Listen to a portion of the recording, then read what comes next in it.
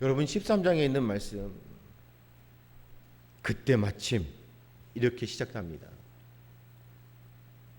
바리새인들은요, 이 불행이라든지 고난이라든지 사람들에게 잘못되어지는 것, 자기에게 잘못되는 것이 무엇으로 여겼냐면 그것이 곧 죄의 벌로 여겨졌습니다.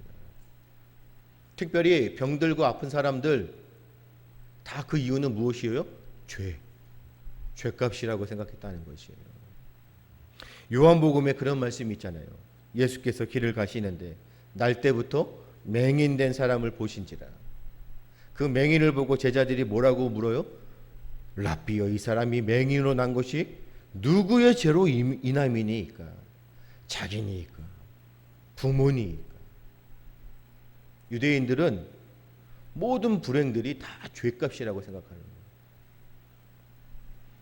순종하는 자에게는 축복을 약속하고 불순종하는 자에게는 저주를 선포하는, 바로 구약의 신명기의 그 신학. 순종하면 축복, 불순종하면 저주. 그런데 더 나아가서요, 예수님 이 시대 가운데는 축복받은 자는 뭐 한다고요? 순종하는 자이고 저주받은 자들은 불순종한 자라고 그렇게 적용이 되어지면서 저주받는 자의 범주에 이 저주받은 자는 가난한 자, 병든 자가 포함되었다는 거죠. 그런데 더 중요한 건 여기에 누가 포함이 되어 있냐면, 누가복음은 이방인들을 위한 하나님의 선포였죠. 이방인도 포함된다는 거죠. 그래서요, 누가는 말씀을 통해서 이러한 신학적인 사상에 반대하는 예수님의 가르침을 전하기 위해서 오늘 말씀을 증거하고 계신다는 겁니다. 고난당한 사람들이, 우리처럼 시험을 당하고 지금 이 시대 가운데 고난당하는 우리들의 모습들이 죄가 많아서, 죄가 너무나도 커서 이러한 시험과 고난과 불행을 당하고 있는 것입니까? 여러분들 그렇게 생각하시잖아요. 그렇게 생각 안 하세요? 지금 한국교회에 당하고 있는 것들이, 이러한 모습들이 한국교회의 죄악 때문에 당하고 있다고 생각하지 않으십니까? 부끄럽지만 저도 그렇게 생각들을 많이 했습니다. 잘 될 때는 하나님 감사합니다. 그런데 생각지도 않은 것, 불행해지고 고난받고 시험받는 그러한 자리에 되어진다면, 이러한 상황들을 통하여 하나님께서 나에게 주시고자 하는 메시지가 무엇인가?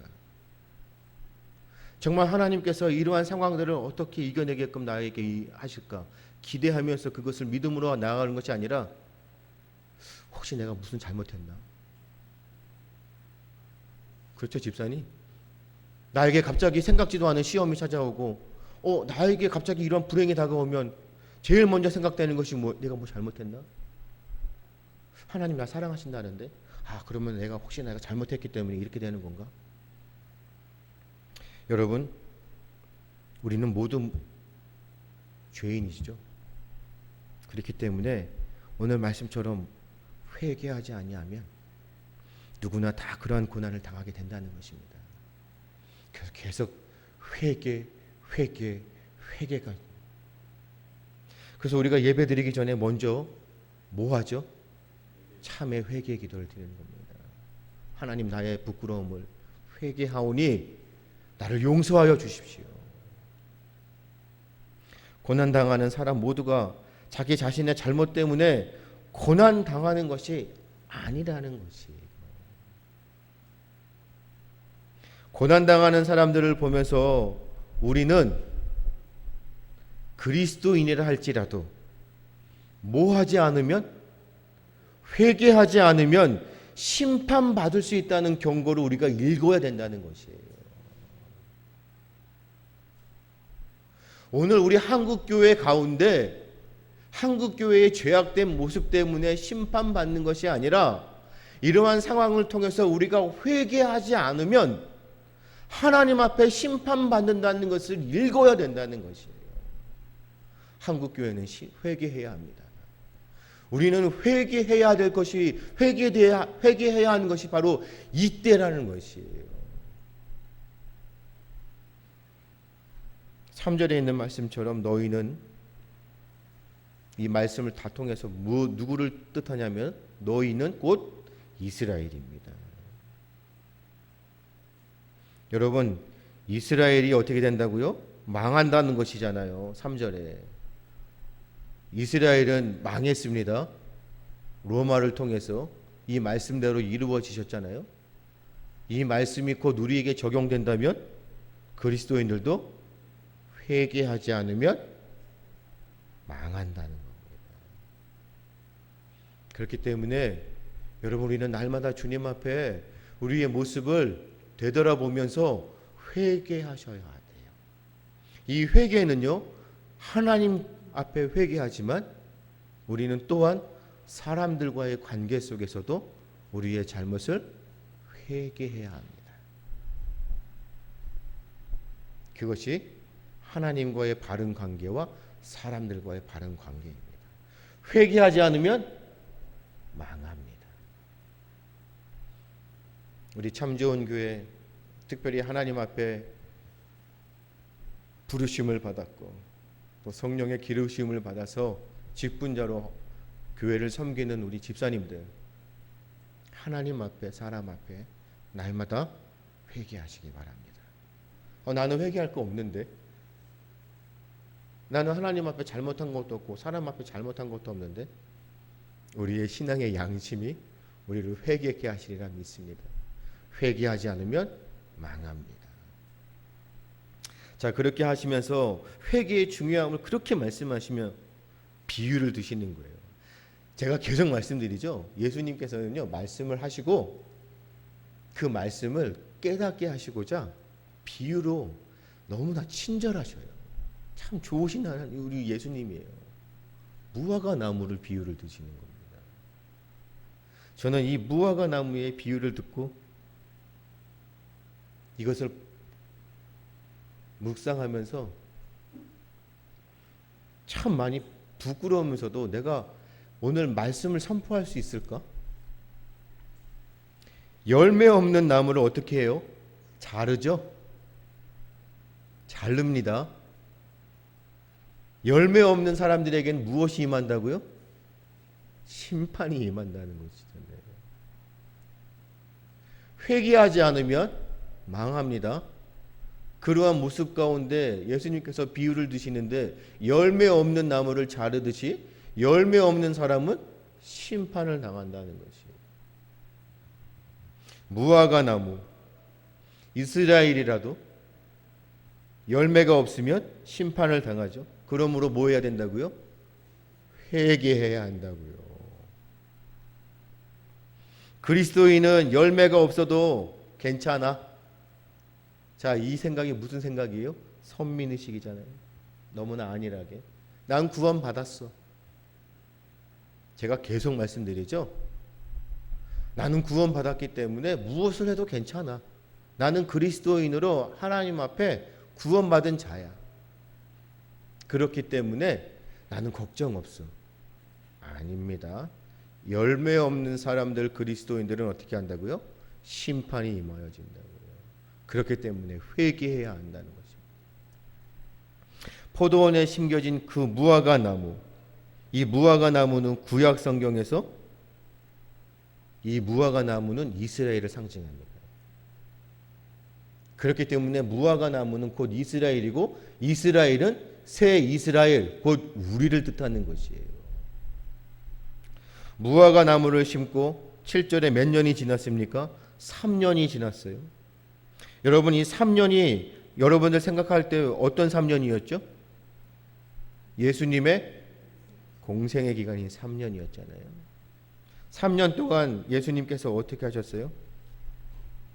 네? 그 무화과 나무를 키우려고 물도 주시고 거름도 주시고 가꾸셨잖아요. 그런데 3년이면 여러분 열매를 맺는 충분한 시간 아닙니까? 그런데 3년을 기다려도 열매가 없습니다. 3년 동안 예수님을 따랐던 제자들의 모습들이 곧 우리의 모습 아닌가요? 열매가 없습니다. 그 나무가 열매를 맺을 가능성이 없죠. 그렇기 때문에 열매 없는 무화과 나무, 이 이스라엘은 어떻게 해야 됩니까? 잘라내야 됩니다. 망하는 것이고 심판당하는 것이에요. 그런데 포도원 지기는 뭐라고 합니까? 8절에 한 해 유예 기간을 요청하죠. 그리스도의 사랑입니다.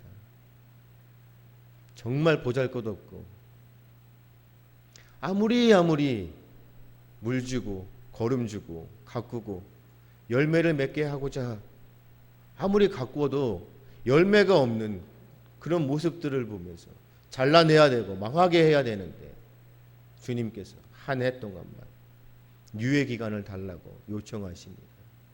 그게 그리스도의 사랑입니다. 우리가 그리스도의 사랑만 보고 하나님은 사랑이셔. 예수님은 우리를 얼마나 사랑하시는데 계속 이렇게 핑계대면서 열매 없는 자의 모습을 보인다면 어떻게 되죠? 유예 기간은 몇 년입니까? 1년입니다. 결론은 무엇이에요? 열매 없는 자들은 심판을 당한다는 거죠. 그렇기 때문에 깨닫고 회개해야 된다는 것이에요. 여러분, 정말 우리들을 이 그리스도인이라 할지라도 열매 맺는 백성이 되지 않으면 심판받았다는 이 경고를 우리는 오늘 말씀을 통해서 읽어야 합니다. 이런 말씀이 선포되어지면 아마 이 말씀을 듣는 지금 대다수의 그리스도인들, 하나님의 사람들이라고 하지만 아마 마음에 가시가 찔리고요. 아마 속에서 분노가 나고 막 듣기 싫어할 겁니다. 심판? 하나님은 사랑이신데 말도 안 되는 소리야. 분명하게 예수님께서 말씀하셨어요. 선포하셨어요. 우리는 정말로 이것을 분별해야 됩니다. 알아야 됩니다. 깨달아야 합니다. 명심하십시오. 이 시간 말씀을 듣는 모든 분들, 나는 그리스도인이야. 나는 하나님의 자녀이고 주님의 제자로 나는 정말 사랑받고 택함받은 자들이야. 고백할지라도요. 내 삶 속에서 열매가 없다면 회개하십시오. 열매 없는 하나님의 백성들, 자녀들, 제자들 반드시 하나님께서 말씀하셨습니다. 망하리라. 심판이 이루어질 것입니다. 그렇기 때문에 여러분 회개하십시오. 그러면서 우리 10절에 있는 말씀으로 이제 이어지죠. 예수님께서 안식일에 치유하십니다. 여러분 안식일에 예수님께서 치유하셨던 이 모습을 보시면서 어떤 생각이 드셔요? 안식일에 유대인의 전통에 따라서 안식일을 거룩하게 행하기 위해서 아무것도 하지 않는 것. 온전히 그 의미는 무엇이에요? 왜 유대인들이 안식일에 아무것도 안 하는 이유가 무엇입니까? 온전히 하나님 앞에. 그 생각은 참, 율법의 정신은 참 괜찮아요. 너무 좋습니다. 그런데 오늘 말씀에 우리가 읽지는 않았지만 10절에 있는 말씀부터 이렇게 17절에 있는 말씀들을 보면 특별히 안식일이라고 하지만 15절에 주님께서 뭐라고 하십니까? 외식하는 자들아 하면서 너희가 각각 안식일에 자기 소나 나귀를 외양간에서 풀어내어 이끌고 가서 물을 먹이지 아니하느냐. 율법의 정신으로 안식일에 온전히 하나님께 집중하는 그런 모습들 좋지만 유대인들은 뭐 하고 있습니까? 자기가 가지고 있는 소유하고 있는 소나 양들을 가서 물을 먹이고 있어요. 왜요? 물을 먹지 않으면 죽잖아요. 그런데 안식일이 누구를 위한 것이죠?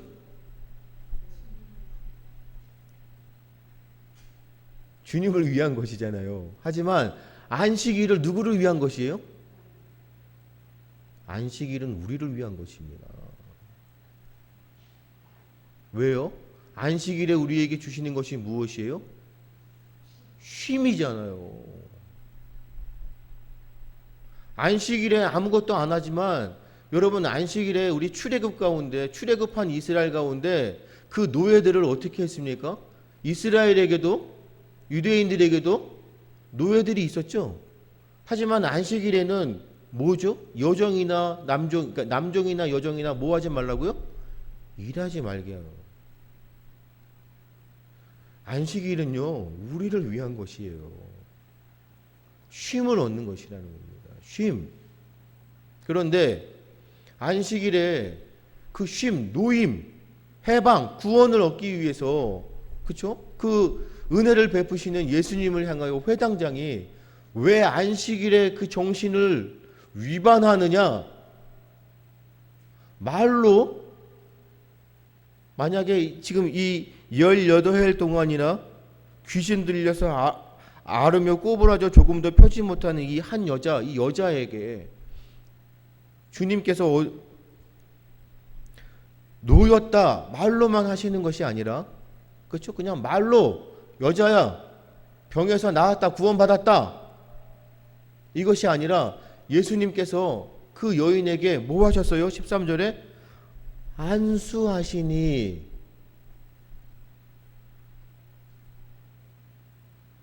말로 그냥 하셨으면 괜찮았을 것 같아요.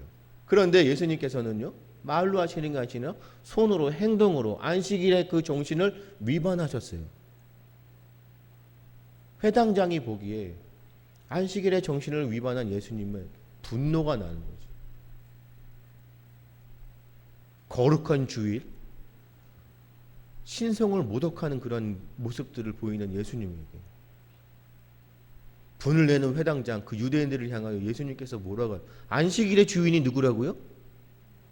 우리잖아요. 너희들은 소나 너희들이 가지고 있는 양이나 그런 짐승들을 물을 먹이려고 풀어서 끌고 가면서 물을 먹이는데 왜 안식일의 주인인 우리들에게 예수님께서 행하셨던 그 은혜를 놓고 왜 너희들이 분을 내느냐는 거지. 뭐라고요? 외식하는 자여. 이것이 우리에게 계속 찔립니다. 예수님께서 누가복음에서 계속 말씀하시죠. 외식, 외식, 외식. 외식이 뭐였죠? 배우가 자기의, 그렇죠? 역할을 하기 위해서. 이 외식하는 자들의 모습은 겉과 속이 다릅니다. 율법의 정신은 자신들이 그런데 율법의 행함으로 그 능력이 나타나는, 곧 이것은 거룩의 모습은 나타납니다. 거룩한 모습들 너무 좋아요. 그런데 거룩의 능력은 하나도 없습니다. 거룩한 척, 정말 그리스도인 척, 거룩의 모습은 너무 나타납니다.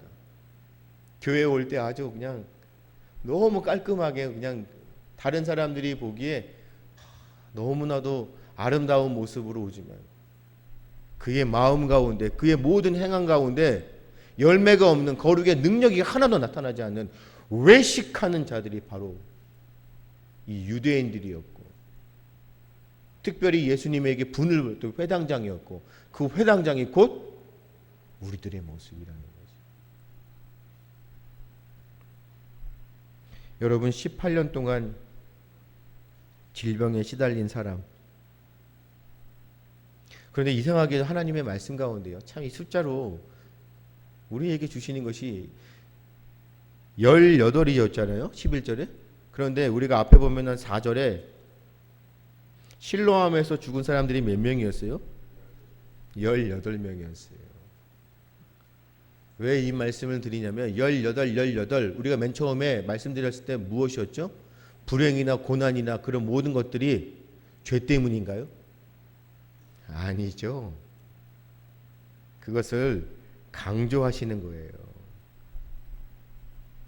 그래서 이 18이라는 이런 말씀을 계속 하시는데 이 말씀에서 핵심은 무엇이냐?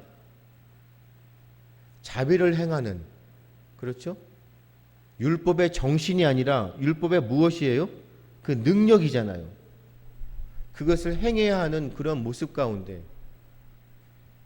외식하는 자가 되어서 외적인 모습들만, 거룩의 모습들만 나타나는 우리들에게 주님께서 정확하게, 그것도 아주 강력하게 말씀하고 계신다는 것입니다.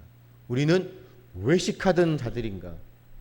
정말 이 말씀을 통해서 다시 한번 묵상해 보셔야 된다는 것이에요. 그렇기 때문에 우리는 뭐 해야 된다고요? 회개해야 한다고요. 그리고 나서 예수님께서 그렇게 말씀하시면서 18절부터 21절에 하나님 나라에 대해서 말씀하시는데, 하나님 나라를 비유를 드시는 게 무엇이에요? 겨자와 씨와 누룩이죠. 겨자씨는 우리가 말씀을 많이 들으셨잖아요. 겨자씨는 뭐만 하죠? 아주 손톱만 하죠.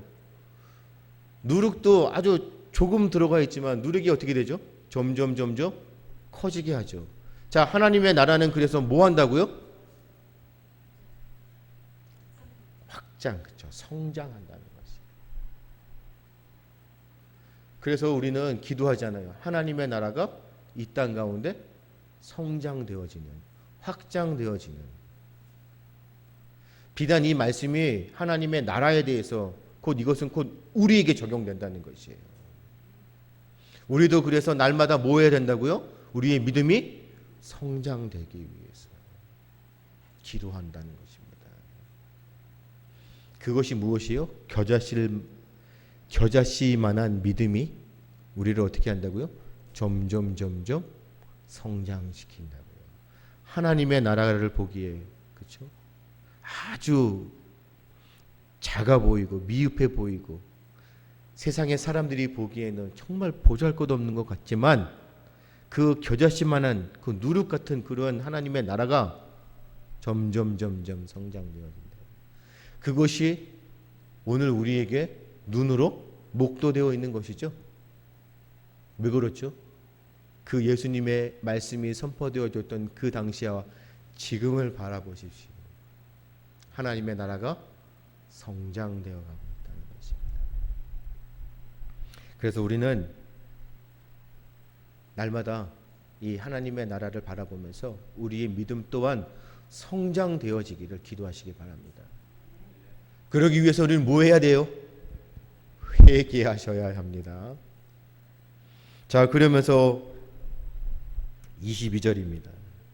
여러분 22절 잘 들으셔야 돼요. 좁은 문으로 들어가기를 힘쓰라라고 그렇게 소제목이 되어 있죠. 구원의 범위입니다. 구원의 범위. 많은 사람들이 이 말씀을 들으면 싫어할 거예요. 하지만 저는 계속적으로 말씀드리고 있죠. 구원받는 사람들의 범위인데 구원받는 사람들이 대다수인가요? 구원받는 사람은 소수다입니다. 구원받는 사람들의 범위를 말씀하시지만 구원받는 사람들은 온 인류가 아닌 대다수가 아닌 소수라는 것이에요. 유대인 중에 구원받지 못하는 사람들이 있다는 것이에요. 그런데 이방인 가운데 구원받는 사람이 있다는 것이에요. 유대인들 가운데 구원받지 못하는 사람이 있는 것처럼 이방인들 가운데 구원받는 사람이 있다는 것이에요. 왜죠? 하나님의 나라는 성장하잖아요. 선민의식에 사로잡혀서 우리만 구원받을 거야. 아니죠. 하나님의 나라는 유대인들 가운데 구원받지 못하는 사람도 있지만, 그렇죠? 이방인들 가운데는 구원받는 사람이 있을 것이라는 겁니다. 23절에 그렇게 이야기하잖아요. 어떤 사람이 주여 구원을 받는 자가 적으니까? 그렇죠? 적습니다. 그래서 좁은 문을, 이 좁은 문이 어디서 나오는 말씀이에요? 마태복음에 나오는 말씀이잖아요. 7장에 좁은 문으로 들어가라. 그래서 우리가 기도하잖아요. 하나님 우리에게도 좁은 문을 통과할 수 있도록, 좁은 문, 제자의 길은 넓은 문이 아니라, 넓은 길이 아니라 좁은 문, 좁은 길이라는 것이에요. 십자가의 길은, 고난의 길은 좁은 문을 통과하는 것이잖아요. 넓고 편안한 길이 아니라 좁은 문, 좁은 길.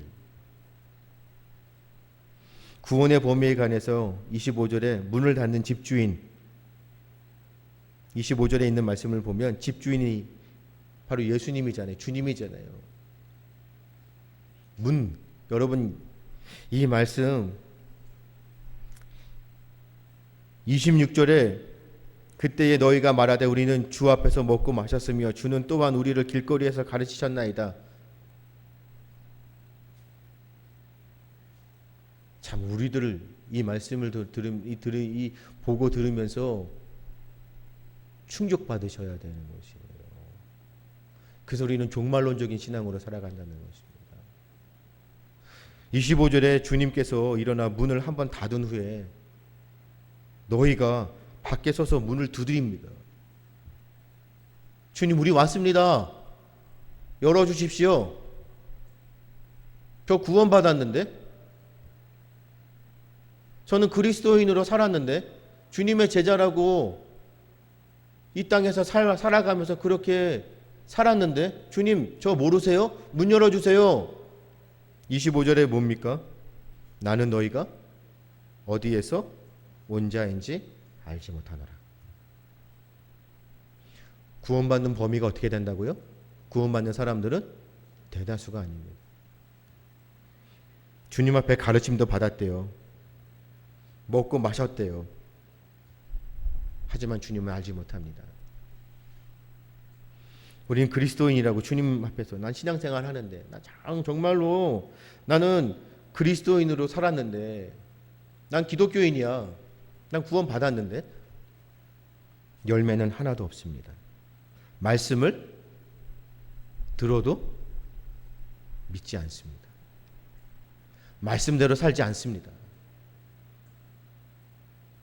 주님 문 열어주세요. 주님 다 아시죠? 주님은 절대 문 열어주지 않으십니다. 왜요? 그들은 구원받은 자들이 아니기 때문에. 그렇기 때문에 여러분, 혹시라도 이 시간 주님 앞에 솔직하게 결단하시면서 회개하십시오. 나는 구원받은 자로 확신을 가지고 난 구원받았는데 난 천국 하나님의 나라 갈 거야. 그렇게 확신하고 계시나요? 여러분도 구원받은 자로 하나님 나라에 갈 수 있습니까? 왜 또 믿음이 없으셔요? 네, 죄송스러운 말씀이지만 우리 가운데 누가 구원받아서 주님께서 문을 열어주실지 모릅니다. 내가 구원의 확신을 가지고 믿음 생활하지만 주님께서 나를 알아보시고 문을 열어주실지 우리는 모릅니다.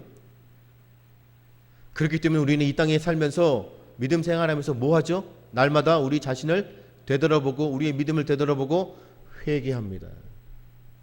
그리고 열매 있는 그리스도인으로 살고자 결단하며 오늘도 복음을 증거하며 살아갑니다. 나를 위해 사는 것이 아닌 하나님을 위해서. 그리고 우리는 주님이 주시는 은혜 가운데 나는 구원받은 자로 구원의 확신을 선포하면서 살아갑니다. 이것이 믿음입니다. 하지만 결론적으로 어떻게 될지는 하나님의 뜻에 달려있는 것입니다. 오늘도 조심, 내일도 조심, 나를 경계하며 내가 낮아지면서 종말론적인 신앙으로 언제 주님 나를 부르실지 모르니까 날마다 나를 쳐서 복종시키는 그런 믿음의 모습으로 살아간다는 것이에요. 그것이 바로 참 좋은 하나님의 백성이며 자녀이며 제자들입니다. 그것이 바른 신앙인들이고 바른 믿음으로 살아가는 하나님의 사람들이라는 것이에요. 그렇기 때문에 여러분, 확신하지만 그 확신을 방종으로 여기시면 안 됩니다. 그렇게 이야기하시면서 저는 이 말씀이요, 이 30절에 있는 말씀이요, 나중된 자로서 먼저 될 자도 있고 먼저 된 자로서 나중될 자도 있는 이 말씀을 보면서 우리는 먼저 되었잖아요. 그렇죠? 우리는 선택을 받고 하나님 앞에 먼저 된 자로 나와요. 그런데 먼저 된 자가 어떻게 된다고요? 나중된다는 말씀을 듣고 이 말씀이 참 많이 부담스러웠었습니다. 도대체 이 말씀은 무엇을 말하는 걸까요? 나중된 자로서 먼저 될 자도 있고 먼저 된 자로서 나중될 자도 있다. 나중된 자들이 먼저 된다. 이 말씀이 이 문맥상 무슨 말씀이실까요? 이방인들이 하나님의 백성이 된다는 것이에요. 그렇죠? 이방인들이 하나님의 백성이 될 것이고 먼저 된 자들이 나중된다. 이 말은요, 유대인들이 이방인들보다 나중에 구원받게 될 것이라는 그런 뜻으로 볼 수도 있다는 것이에요. 그렇죠? 이방인들이 먼저 된다는 그러니까 나중된 게 뭐 이방인들이 하나님의 백성이 된다는 것이고 먼저 된 자 유대인들이 나중된다는 것은 이방인들보다 나중에 구원받게 된다는 그런 뜻으로 볼 수 있다는 것이에요. 그렇기 때문에 이 누가는요, 이 표현을요, 사도행전에 이런 말씀들 내용처럼 유대인들은 믿지 않고 많은 이방인들이 믿게 되는 것을 그렇게 이해했을 것이라는 것이에요. 다시 말씀드릴게요. 유대인들은 믿지 않고, 그렇죠? 말씀이 선포돼도 믿지 않고 이방인들이, 많은 이방인들이 그 말씀 선포되어지는 것을 믿게 되는 것을 이해했다는 것이에요. 그래서 먼저 된 자, 나중된 자, 이 말씀과는요, 모든 유대인들이 구원받지 못하고 모든 이방인이 구원받는다는 뜻이 아니에요. 봄이도 이 말씀 잘 기억하셔야 돼요. 모든 유대인들이 어떻게 한다고요? 구원받지 못하고 모든 이방인들이 구원받는다는 뜻이 아니라는 것이에요. 어떤 유대인은 어떻게 한다고요? 구원받지 못하고 어떤 이방인은 구원받을 것이라는 것이에요. 구원받는 이방인이 있고 구원받지 못하는 유대인이 있듯이 구원받는 유대인도 있고 구원받지 못하는 이방인도 있다는 것이에요. 이 말씀의 뜻을 확실하게 아셔야 된다는 것이에요. 모든 아닙니다. 어떤. 그래서 그렇게 말씀을 하시는 거예요. 그렇기 때문에 이 말씀으로 오해 안 하셔도 돼요. 나중된 자, 먼저 된 자. 그렇죠? 우리는 나중된 자가 먼저 된 자가 아니에요. 문맥상. 우리는 나중된 자예요. 왜요? 우리는 이방인들이기 때문에. 하지만 이방인들 가운데 우리들도 모든 사람들이 다 구원받는 것이 아니에요. 여러분, 유대인들 가운데에서도 모든 유대인들이 다 구원받지 못하는 것이 아니라는 것이에요. 유대인들 가운데서도 어떤 유대인들은 어떻게 한다고요? 구원받는다고요. 지금도 유대인들 가운데 우리가 생각하는 일반적인 대중론적인 그런 생각 가운데 유대인들이 하나님의 백성으로서 선민의식에 사로잡혀 아직도 메시아를 기다리고 있지만 모든 유대인들이 아닌 어떤 유대인들은 주님을 메시아로 믿고 그리스도인으로 구원받은 자로 살아가고 있다는 것입니다. 믿으시죠? 바로 이 말씀이라는 것이에요. 그렇게 하시면서 32절에 곧 그때에 어떤 바리새인들이 나와서 여기를 떠나달라고, 그렇죠? 헤롯이 당신을 죽이고자. 여러분, 여기서 모든이 아니라 또 뭐가 나왔어요? 어떤 바리새인이 나왔어요. 예수님에게 굉장히 호의적입니다.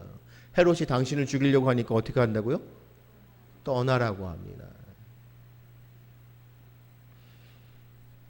그런데 저는 이 말씀 가운데 예수님께서는 바리새인들에게 이렇게 말씀하시는 이 말하는 바리새인들에게 이르되 너희는 가서 저 여우에게 이르라.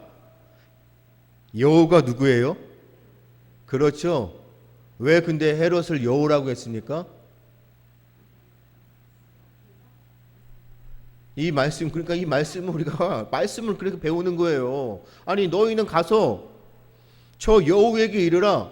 헤롯이 당신을 죽이려고 하는데 예수님께서는 헤롯을 여우라고 합니다.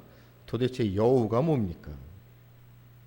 여우는요, 에스겔의 13장에 뭐라고 표현이 되어 있냐면 거짓 선지자를 여우에 비유하는 것이에요. 거짓 선지자. 그러면 헤롯은 거짓 선지자의 모습이라는 것이에요. 왜요? 헤롯이 누구를 죽였죠? 세로 요한을 죽였잖아요. 그리고 나서 이제 누굴 마저 죽이려고 한다고요? 예수님 마저 죽이려고. 너무나도 이 파괴적인 그런 헤롯의 모습을 거짓 선지자 여우로 비유하신다는 것이에요. 그래서 오늘과 내일은 내가 귀신을 쫓아내며 병을 고치다가 제3일에는 완전하여지리라. 우리 이 말씀 이해하시죠? 예수님께서 메시아로 이 땅에서 하시는 그 사역들이 뭐였습니까? 귀신을 쫓아내는 축기, 그렇죠? 그 다음에 병을 치유하는 치유의 모습. 그리고 나서 마지막에 어떻게 한다고요? 완성하신다는 겁니다.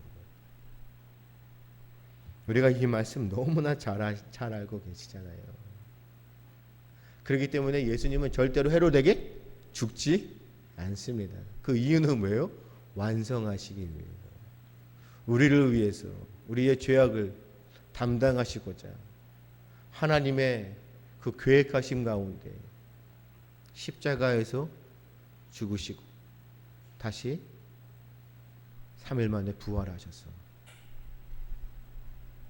이 모든 것을 완성하시기까지 나는 어떻게 한다고요?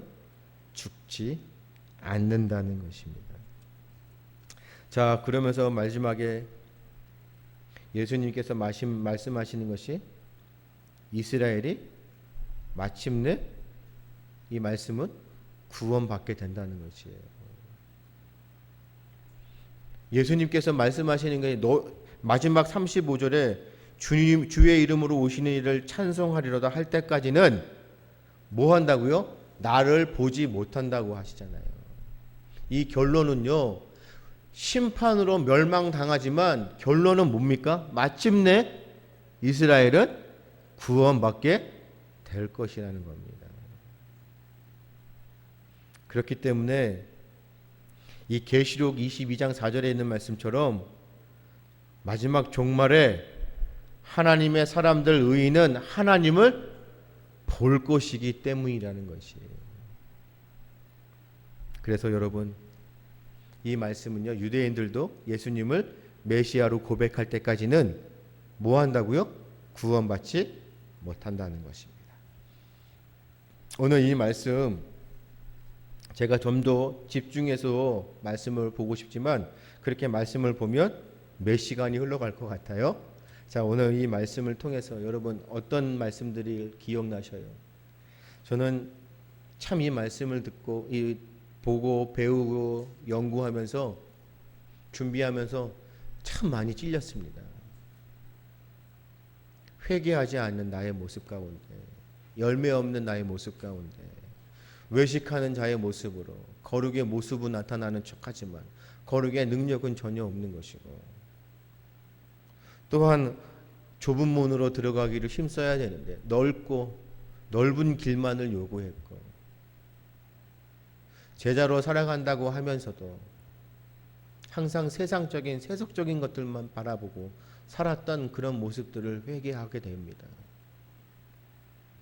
그러면서 어떻게 이러한 나의 모습 가운데 그래도 나를 사랑하셔서 유예 기간을 주시고 열매를 맺을 그날까지 기다려주시는 주님을 바라보면서 다시금 회개하고 구원받은 자로 부끄럽지 않게 종말론적인 신앙 가운데 마침내 의인은 주님을 보게 될 것이기 때문에 그 구원의 그 모습들을 바라보면서 오늘도 내일도 변함없이 주님을 위해서 힘쓰고 애쓰는 나에게 주신 사명과 소명을 감당할 수 있는 그러한 하나님 보시기에 부끄럽지 않은 인정받는 그리스도인으로 살아야겠구나 결단하는 시간이었습니다.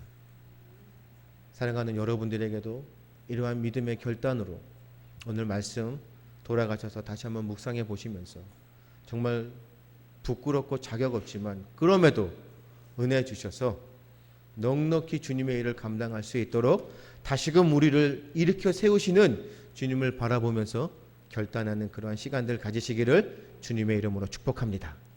기도하겠습니다. 아버지 하나님, 오늘 말씀을 듣고 너무 마음에 찔림이 있고 부끄럽지만 회개하는 가운데 다시금 새 영을 허락하시고 새 힘을 주셔서 주님 앞에 다시금 일어설 수 있도록 일으켜 세워주심을 믿습니다. 결단하는 시간 되게 하여 주시고 정말로 하나님 앞에 인정받는 자들로 부끄럽지 않은 그리스도인으로 제자로 살아갈 수 있도록 은혜의 은혜를 더하여 주옵소서. 감사하며 예수님 이름으로 기도드립니다. 아멘.